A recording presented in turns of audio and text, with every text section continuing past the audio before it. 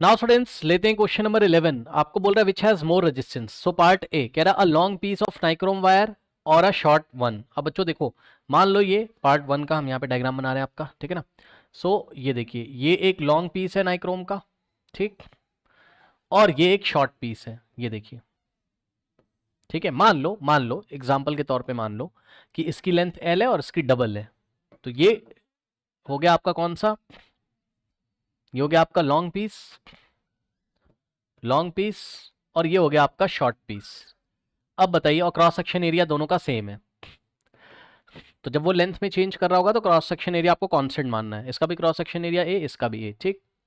तो बच्चों किसका रेजिस्टेंस ज्यादा होगा? सीधी सी बात है, जिसका लेंथ ज्यादा होगा उसका रेजिस्टेंस ज्यादा होगा। क्यों? क्योंकि हमने पढ़ा है फॉर्मूला, हमने कॉन्सेप्ट पढ़ा है कि रेजिस्टेंस डिपेंड करता है लेंथ पे, और resistance is directly proportional to length, यानी कि लेंथ यदि आप बढ़ा दोगे तो रेजिस्टेंस बढ़ जाएगा। ओके स्टूडेंट्स, तो जो लॉन्ग वाला होगा इसका रेजिस्टेंस इसकी तुलना में ज्यादा होगा। Okay, so a long piece of wire और a short, so answer is a long piece of nichrome wire has more resistance because resistance of a conductor is directly proportional to the length, और फिर लिख देंगे R is proportionate to the length, ऐसे R is directly proportional to the length। Okay, उसके बाद part B, a thick piece of nichrome wire और a thin piece। Okay, तो part B का डायग्राम मैं यहाँ पे बना रहा हूँ, ठीक है बच्चों। a thick piece of nichrome wire और a thin piece, तो ध्यान से चेक करिए, थिक मतलब मोटा, ये देखिए, ये इसका क्रॉस सेक्शन एरिया ज्यादा है। मान लो इसका क्रॉस सेक्शन एरिया है 2a, कितना है 2a, और इसकी लेंथ कितनी है l। और यहां पे देखो,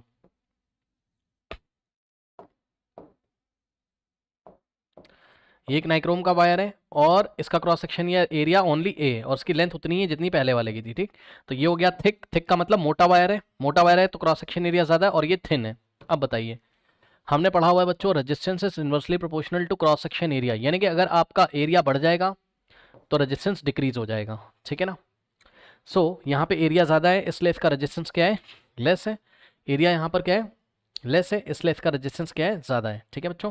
because resistance is inversely proportional to cross section area. तो जो थिक वायर है उसका रेजिस्टेंस लेस है। हमसे पूछ रहा है thick piece of a nichrome, more resistance पूछ रहा है, मोर किसका होगा, तो मोर होगा थिन वायर का, मोर होगा किसका, थिन नाइक्रोम वायर का। ओके, सो यहाँ पे हमने आंसर लिखा, देखिए, a thin piece of nichrome wire has more resistance because the resistance of a conductor is inversely proportional to its cross section area, that is R is inversely proportional to A, the lesser area of a cross section the more the resistance. Okay, थोड़ा सा मैं आपको explain भी करना चाहता हूँ कि बच्चों देखिए, लेंथ के बारे में अगर हम बात करें, ठीक है, रेजिस्टेंस का मतलब क्या होता है, अपोजिशन टू द करंट, मतलब जब इलेक्ट्रॉन फ्लो करते हैं वायर में इस तरीके से, तो ये इलेक्ट्रॉन क्या करते हैं, अंदर जो एटम होता है नाइक्रोम में, जो एटम्स प्रेजेंट है अंदर, उससे कोलोजन करेंगे। ओके, जितना ज्यादा कोलोजन मिलेगा, जितनी ज्यादा टक्कर होगी, रेजिस्टेंस उतना ज्यादा होगा। तो ज्यादा लेंथ ज्यादा टक्कर, और कम लेंथ होगी तो कम एटम से टकराएगा इलेक्ट्रॉन। भाई फ्लो ऑफ इलेक्ट्रॉन क्या होता है, इलेक्ट्रिक करंट। तो इलेक्ट्रिक करंट जब फ्लो करेगा तो इलेक्ट्रॉन फ्लो कर रहा है, इसका मतलब, तो इलेक्ट्रॉन अगर ज्यादा एटम से टकरा रहे हैं तो ज्यादा अपोजिशन मिल रहा है इलेक्ट्रॉन्स के फ्लो में, यानी कि ज्यादा रेजिस्टेंस है। तो लेंथ ज्यादा तो रेजिस्टेंस ज्यादा, ठीक। तो मोर रेजिस्टेंस किसका हो गया, जो क्या आपका लॉन्ग पीस है, ठीक। इसी तरीके से ये वाले डायग्राम में देखो, लेंथ हमने कांस्टेंट कर दी, लेंथ दोनों की सेम है, लेकिन क्रॉस सेक्शन एरिया जिसका कम होगा, क्योंकि जैसे आप सोचो, अपने आप को सोचो, आप एक पतली गली में चल रहे हो, पतली गली, पतली स्ट्रीट है, तो वहां आप भीड़ है खूब सारी, पतली गली में खूब सारी भीड़ है, ठीक। तो वहां आप लोगों से ज्यादा टकराओगे। और अगर मोटी गली है, मोटी गली है तो वहां पे भी भीड़ है, मोटी गली में भी भीड़ है, लेकिन मोटी वाली गली में आप लोगों से जो टकराओगे तो टकराने के चांसेस कम होंगे, क्योंकि वहां थोड़ी जगह ज्यादा है, ऐसे सोचो, ठीक।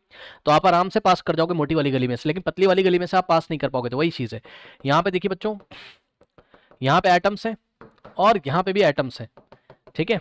तो जब इलेक्ट्रॉन फ्लो करेगा, जितना इलेक्ट्रॉन इसमें फ्लो कर रहा है उतना इलेक्ट्रॉन इसमें फ्लो कर रहा है, ज्यादा अपोजिशन कहाँ मिलेगा, यहाँ पे जगह कम है, तो क्रॉस सेक्शन एरिया कम तो रेजिस्टेंस ज्यादा, opposition to the flow of electron ज्यादा मिलेगा, इसलिए थिन वायर में रेजिस्टेंस ज्यादा होगा। ओके स्टूडेंट्स, तो आई थिंक आपको मेरी बात समझ में आई होगी, नोट कर लीजिए।